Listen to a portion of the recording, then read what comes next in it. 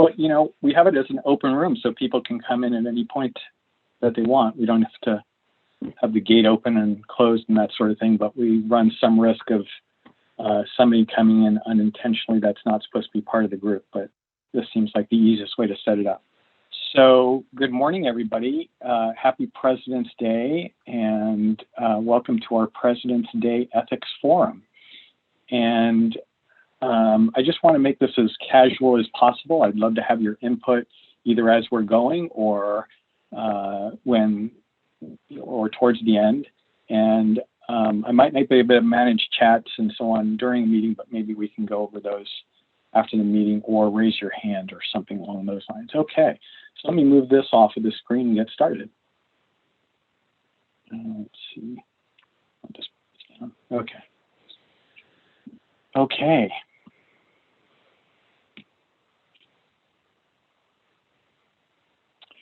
So the Political Equilibrium Project is a nonpartisan, ethics-based alternative for respectful dialogue and solution. It's a response to extreme polarization within our two-party system and voting electorate. So here are stages of organizational development where we've already passed the formation stage, where the idea was conceived in November 2020 and had our first intro meeting on 12/5.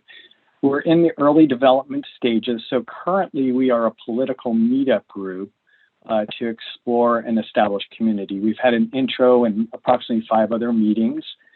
We have some work groups, including a strategic planning work group, a logo work group, a web development work group. And we had our first one of our first ethics presentations on MLK Day, just following the insurrection, and today is our President's Day workshop. And next stages is normalization, where we may end up using, my brother leads the strategic planning group. We're looking at how to best use decision analysis to strengthen action plans and organizational approaches. And then we will be going to ongoing development. Do we want to become a nonprofit, political action committee, or a super PAC? So I think I know almost everybody on the call, so I won't go over details, but I did work 20 years in organizational development, and I also worked 20 years as a therapist and counselor. And you'll see all these dots seem to be connecting now towards the end of my career and beginning this new organization.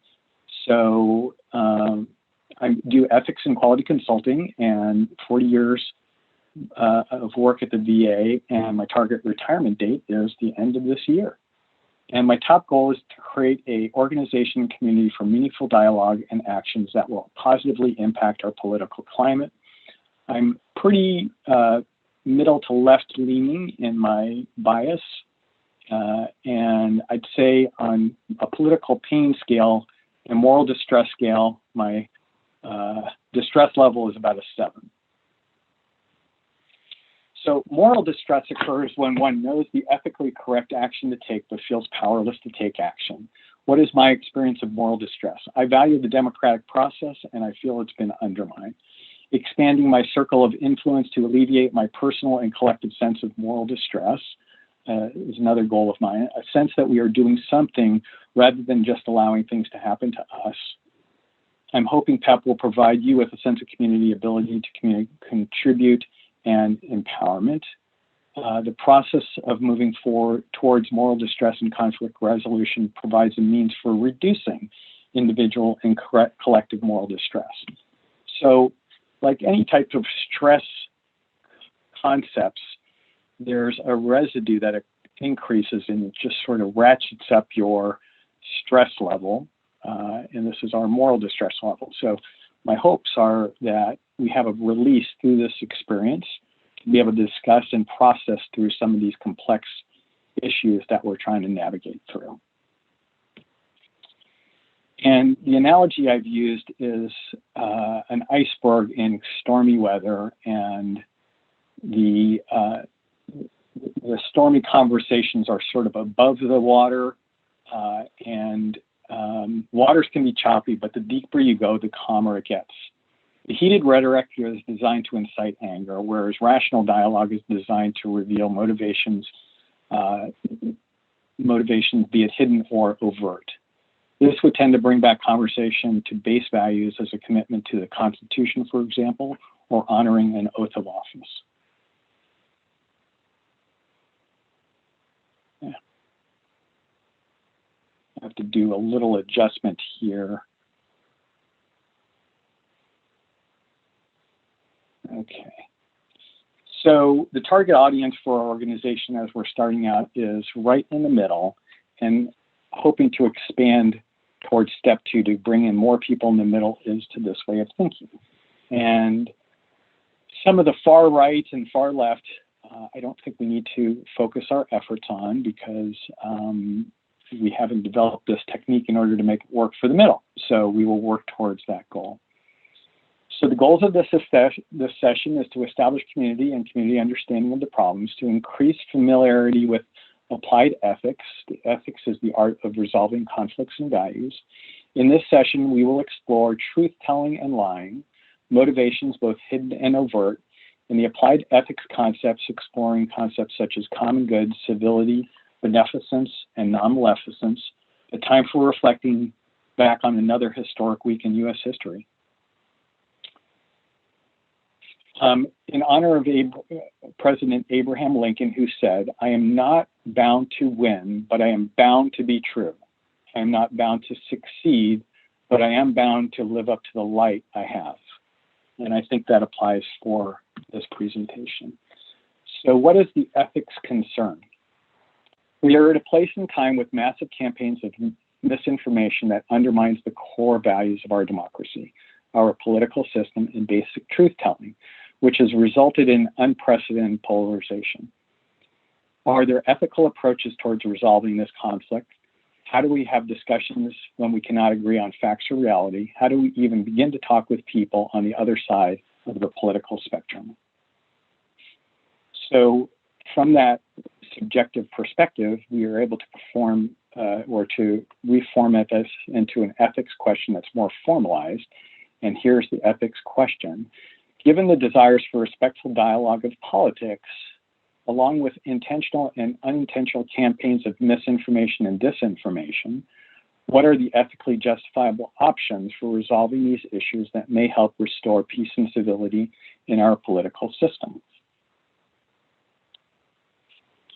So let's look at these ethics questions broken up into 2 parts. Given a large portion of the electorate is committed to respectful dialogue of the political issues, is coming from a place of respectful dialogue values. That is about truthful dialogue, transparent dialogue, respect for the perspective of others, and typically aligns with democratic leadership styles. The other part is targeted campaigns with misinformation and disinformation. And the underlying values behind this is campaigns towards misinformation, disinformation, is that there's unintentional misinformation. There's also a potential of intent to deceive. There's an obscuring of reality, and this typically aligns with autocratic leadership styles. Understanding truth, misinformation, and disinformation, the importance of truth. Truth matters both to us as individuals and to society as a whole.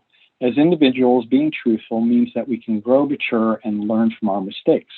For society, truthfulness makes social bonds, and lying and hypocrisy breaks those bonds. Motivation or misinformation and disinformation. Misinformation is false, inaccurate information that is communicated regardless of an intent to deceive. And disinformation is a species of misinformation that is deliberate, such as malicious hoaxes and propaganda. Concepts around lying. Lying diminishes trust amongst human beings. Lying is a means to achieve a liar's purpose and goals. Lying corrupts the liar and can corrupt the individual being lied to. Lying also undermines basic structures of informed decisions and consent. And some concepts around transparency include it enables and fosters trust, provides self-comfort, it disengages underlying motivations, and it displays or shares intentions.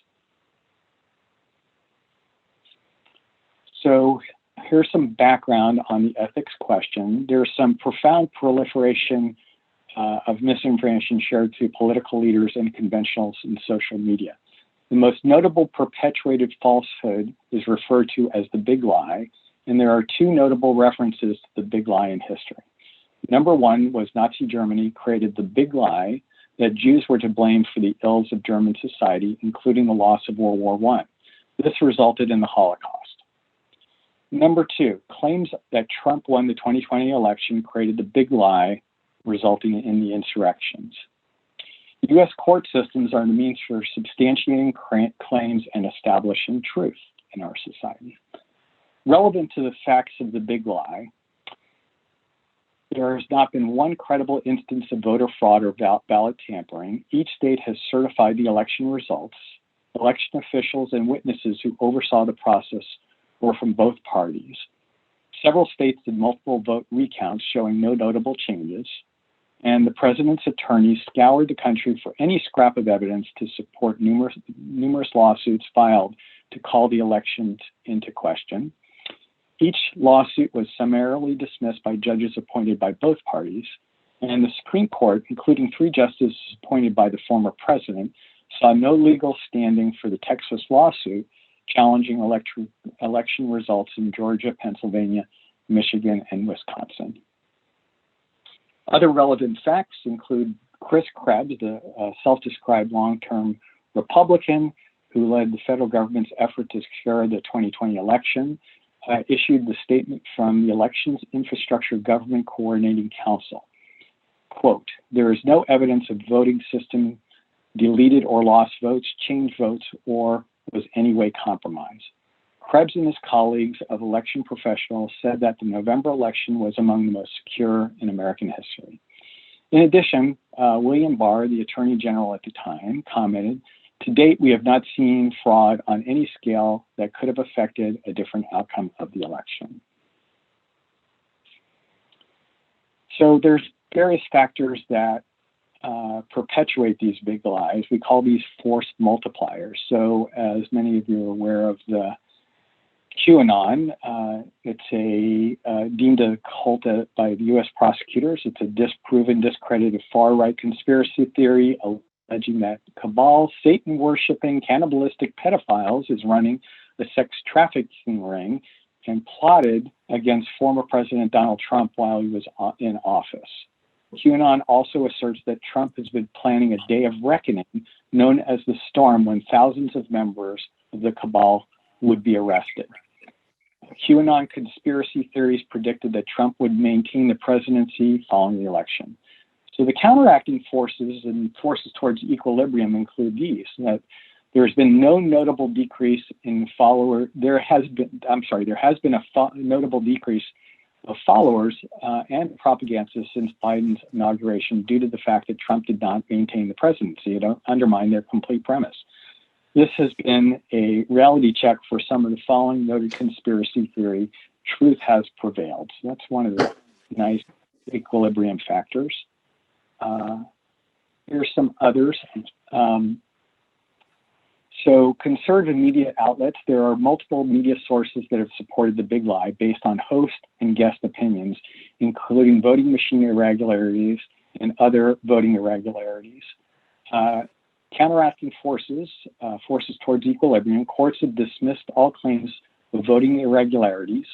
There's been numerous lawsuits that have been filed against media sources, including Smartmatic USA versus Fox News, Dominion Voting Systems against Sidney Powell, and Fox has aired a news package debunking election fraud claims, which was made by its own host, and Lou Dobbs was fired from Fox News, and possibly more to come. So perpetuating the big lie also includes social media.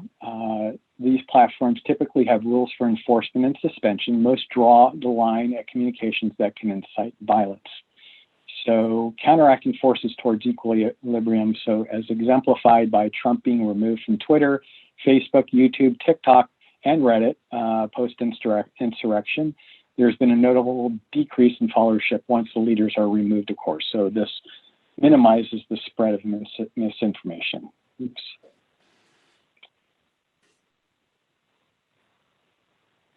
Okay, Social media suspensions and spreading misinformation. This is an interesting graph.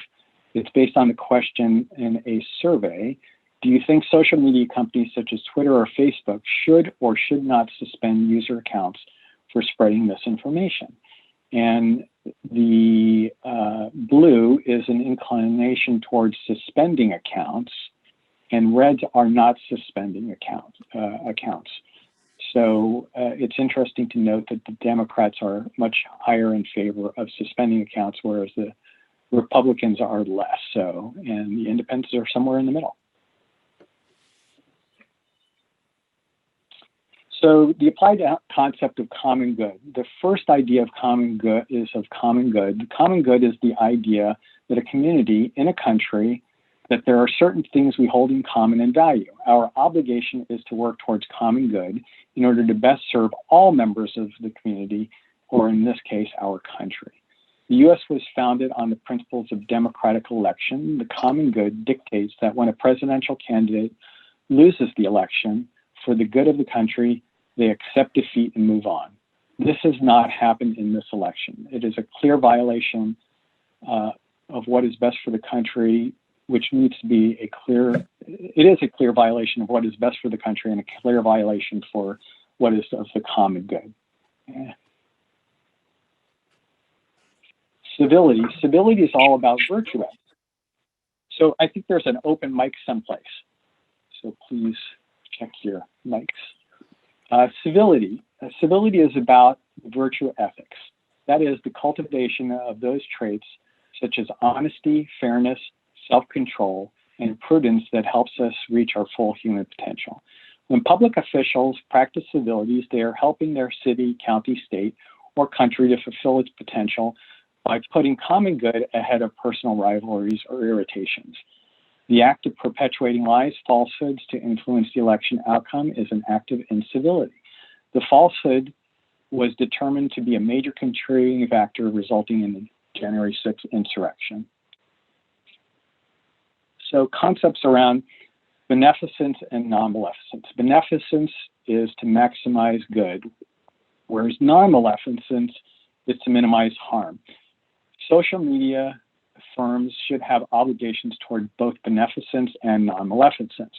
However, social media has not been proactive in preventing the spread of misinformation.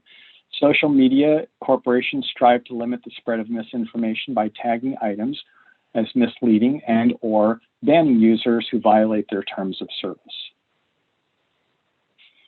So the first recommendation based off of the information presented before is to consider the use of motivational interviewing for individual or smaller group interactions. Motivational interviewing can be incorporated into the premise for PEP interactions and exploration of values. Motivational interviewing appears to be a similar approach used by another sister organization to PEP, such as Braver Angels.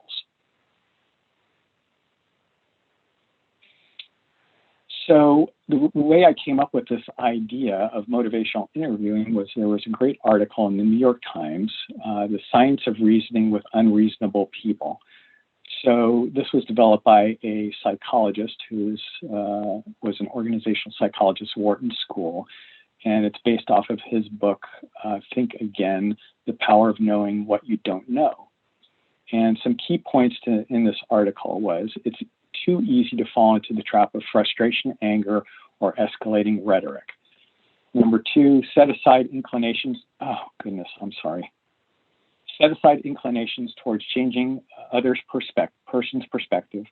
It provides a means for helping yourself and others to find their own motivation to change through values exploration and understanding motivational interviewing. What is motivational interviewing? It's a counseling method that helps people resolve ambivalent feelings and insecurities.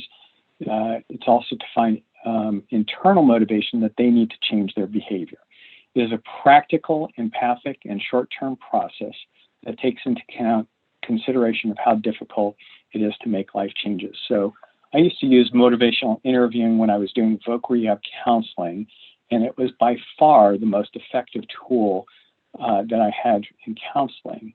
and I haven't had experience in it in over 20 years. Although I think I use it somewhat currently in my job in ethics.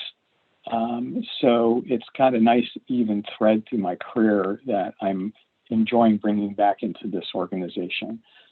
So motivational interviewing background, it's from the field of psychology. In controlled trials, motivational interviewing has helped clients to stop smoking, abusing drugs or alcohol, gambling, or overeating. The approach has also motivated clients to reconsider perspectives or political positions, to reconsider prejudices, and, for example, also has helped divorcing parents to reach settlements.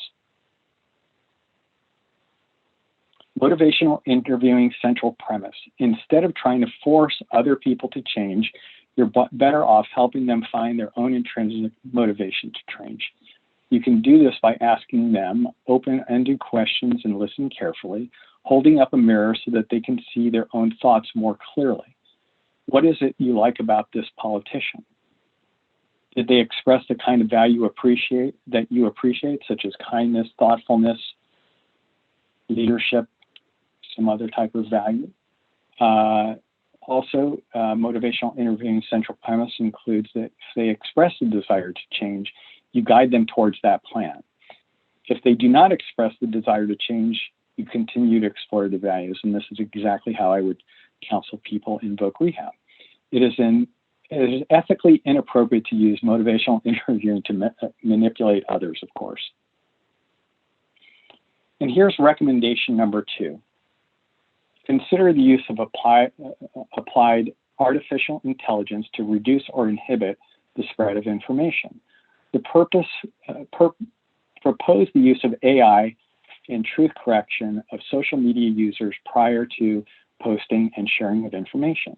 Information deemed by AI can be categorically false, should be spread to maybe perhaps one other user, whereas information known to be factually correct can be spread to an unlimited number of users. And promote the use of phone apps that will pre-screen your news feed for accurate, truthful information and or provide feedback on partial truth. I installed an AI app called Logically on my phone yesterday, and I'm just playing around with it, but it gives me information on articles of their degree of truthfulness before I even read them. So it's an interesting approach. So if these protesters had been well prepared by doing their research online, perhaps they would have been well informed that Stop Killing Ducks to Make Duct Tape was a pure conspiracy. So artificial intelligence can be used to stop misinformation. So if they were online and sharing this information via Facebook, the AI could have provided them this type of feedback.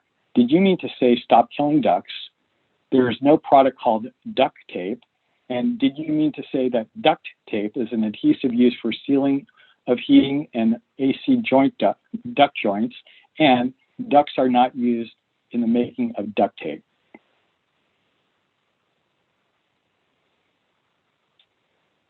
So fake news is rampant. Here's how artificial intelligence can help. And this was in a Forbes magazine article. Our world desperately needs a way to discern truth from fiction in our news and public, political and economic discussions, and an artificial intelligence will help us do that. AI models label the credibility of the source of the content as low, medium, or high, and an article as reliable or unreliable based on comparisons of similar content from more than 100,000 sources. The algorithms are checking not only content, but metadata and images as well. There's free apps, as I mentioned, that app that I downloaded yesterday called Logically, which allow you to customize your news feed that is pre-screened for accuracy of ratings. And Facebook has also announced initiatives applying AI learning to building new products to identify and limit the spread of false news. So here's the questions of the day. How can PEP use this new understanding of motivational interviewing and artificial intelligence? And can PEP develop force multipliers for expanding our ethics-based approach? So with that, is there anybody that wants to speak up and share? Everybody's on mute, so.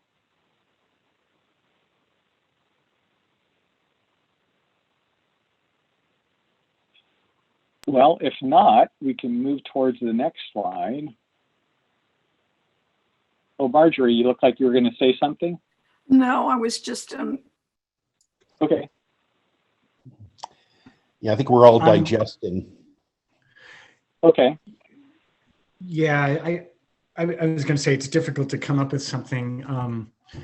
Just a thought I had is, how do you scale? How do you scale and have an impact? One thought I had is, could you get the media to ask politicians whether they support truthfulness? But that's another possible sort of solution. Having the media do that. Unfortunately, it's still worth trying, but when you have Fox News, who would probably never ask that question, then you just maybe just go back to your echo chambers. Right. Other thoughts?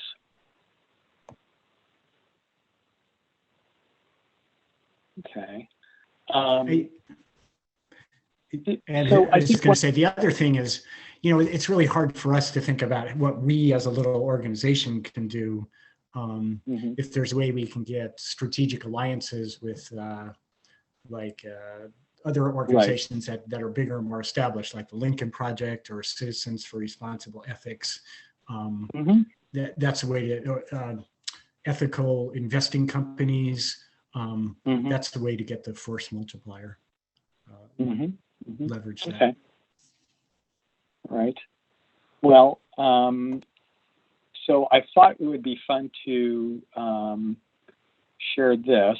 So in the words of Abraham Lincoln, please check out our PEP website under construction at this address. And artificial intelligence rated this as partially true, as there is a website under construction, but no historical quotation from Abraham Lincoln referring to PEP, of course.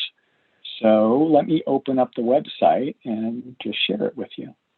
It's been fun. I've been working with Evan on it, and I don't think we're completely decided on the logo, but this is our current logo, or one of the logos that we've established. So here's the overview, our ethics trifecta, and this is also a good litmus test of what to do as the next action,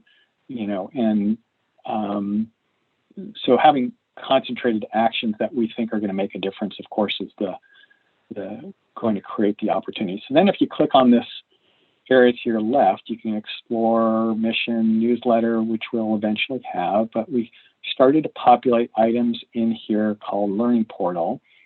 And I want to produce sort of a white paper on what I presented today and have that as our first PEP publication. And we can add addendums to it as we build the organization. So should we come back to revisit this? Let me share with you the Learning Portal, which is sort of fun.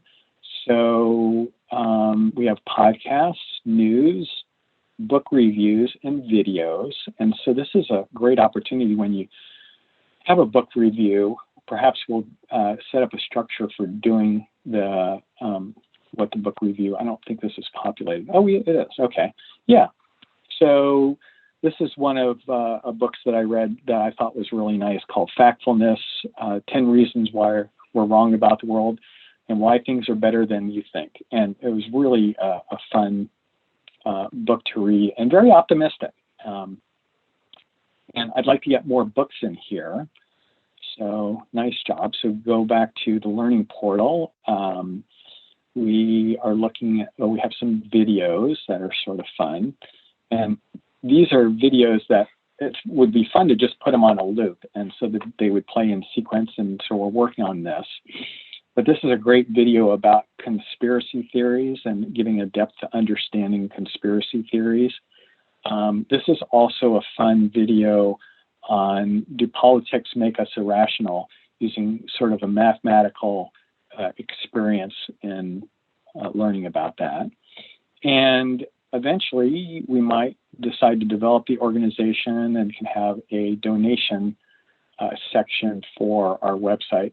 on one of the slides in my previous presentation, we thought about doing it where we'd have different baskets that would orient people towards supporting different causes, be it environment and that sort of thing. So anyway, I'm glad. Looks like we finished up a bit early, but I'm glad to get any thoughts on ideas, things that you'd like to share. PEP presentations. Oh, so we can load this as PEP presentations as well. But this has been fun. I wish I didn't have I'm really enjoying working on this, and I'm looking forward to doing this as I go into retirement, and I think it's going to be a fun opportunity to develop something and maybe make a big difference in how we impact politics. David, will you be sharing the slides from your talk today?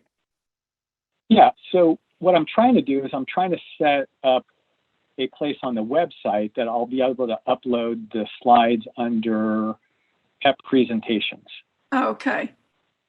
Yeah, so that's what I would have it here. And then I don't know, I'm sort of learning from a wonderful 27-year-old Evan, and he's been developing this, and it's got a lot of capability, and it's just a lot of fun to play around with. And eventually we'll have, ways of contacting, having email baskets and stuff, and we'd even have our own addresses based on the PEP organization.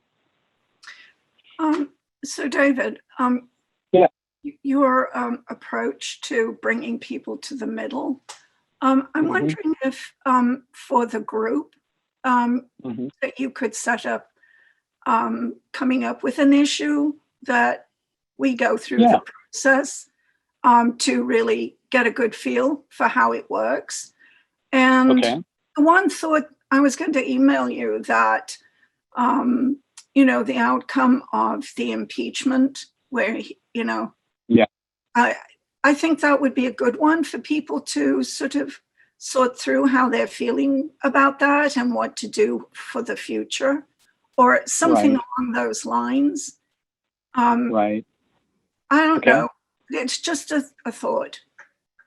Okay. Well, I think what I'll do is I'm going to establish a holding pattern of different ideas and concepts like that so that we can explore them. I know that this whole week with the impeachment process has been, of course, both revealing and unsettling. And the fact that a lot of this is still centered around misinformation and disinformation is distressing. Well, it's the big lie that caused the whole thing, right? Yes. And it's still being perpetuated. And it's still being perpetuated. And so that's why I felt that if there are some people who would like to go through the exercise of looking at that issue, because it is the big lie. And and it really is going to have serious consequences. So, right. Well, we could do that. Steve, what do you think about doing that idea with the strategic planning group? Because we had talked about using decision analysis for that.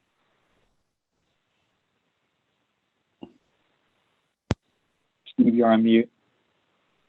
Can you? I was typing something in, so I apologize. So can you encapsulate I heard it, but I didn't process it fully. So can you? I was just wondering what you think about Marjorie suggested to work through a process such as the impeachment, and maybe using decision analysis to analyze how we integrate this with ethics.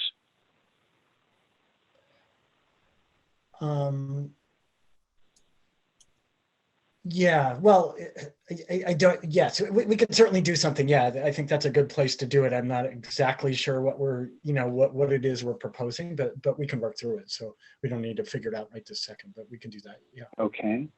Yeah. All right. Well, yeah, go ahead. I'd like to make an alternative suggestion that I think would have some practical import moving forward, and that's with the whole controversy around vaccination against COVID. Yeah. That's And- another good one. I agree. Yeah. Definitely. Yeah. Are you concerned with us not reaching herd immunity and not having a betterment for society as a whole? Right. The concern is that a substantial number of people who have been polled say that they do not plan to get the vaccine. Mm-hmm. Right.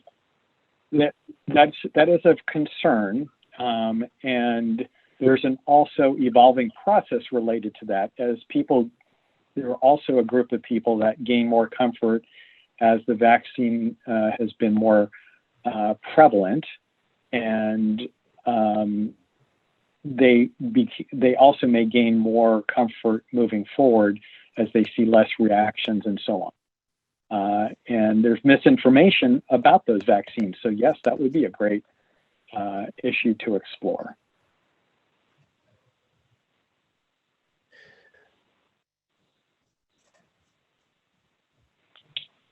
Other thoughts? If not, I would like to thank everybody for your participation and have a great President's Day.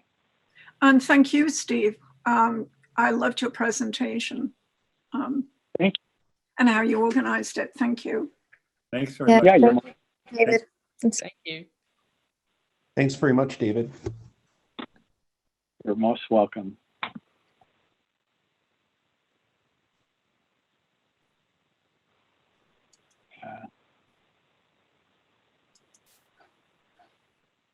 Okay.